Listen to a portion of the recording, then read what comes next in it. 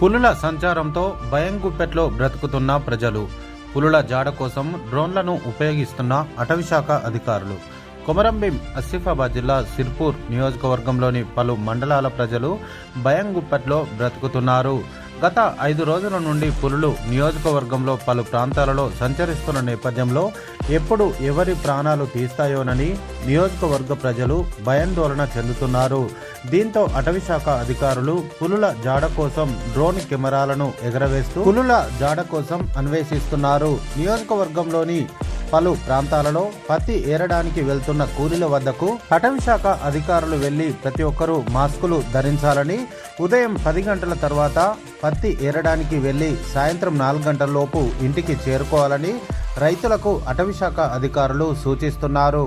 పులులు ఎక్కడెక్కడ సంచరిస్తున్నాయో అటవీశాఖ అధికారులు పులుల అడుగుజాడలను, చెట్లకు ఉన్న గుర్తులను అటవీశాఖ అధికారులు గుర్తిస్తున్నారు. దీంతో సిర్పూర్ నియోజకవర్గ వ్యాప్తంగా ప్రజలు భయంగుప్పెట్లో బ్రతుకుతున్నారు. దీంతో అటవీశాఖ అధికారులు సోమవారం ఉదయం నుండి సాయంత్రం 6 గంటల 30 నిమిషాల వరకు వివిధ గ్రామాలలో ప్రజలకు అవగాహన కల్పిస్తున్నారు.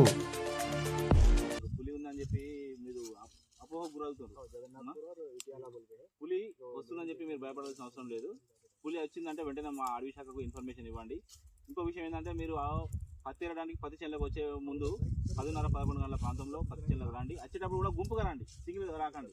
ఎందుకంటే ఇది అపోహలనే ఉన్నారు, మీరు ఇంకా భయానికి లోన్ అవుతున్నారు. కాబట్టి మీ భయం పోవడానికి మీరు గుంపులుగా వస్తే జంతువు కూడా ఏది ఉన్నా కానీ పారిపోతుంది, ఓకే, వెళ్ళిపోతుంది. అలాంటప్పుడు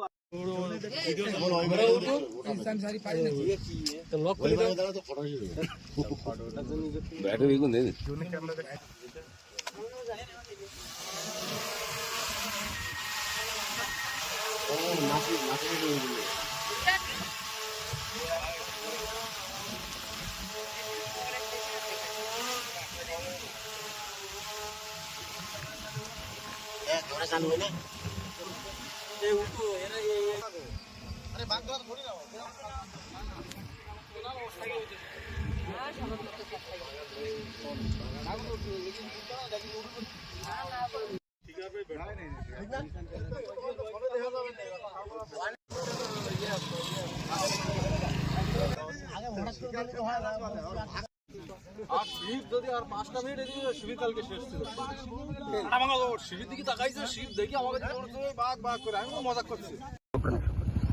మన హద్దులు వేసుకుంది అన్నట్టు, టెరిటోరియల్ ఇంకొక టైగర్ ఏదైనా వస్తే దీనికన్నా పెద్ద టైగర్ అయితేనే దీంతో పోటీకి రావాలన్నట్టు.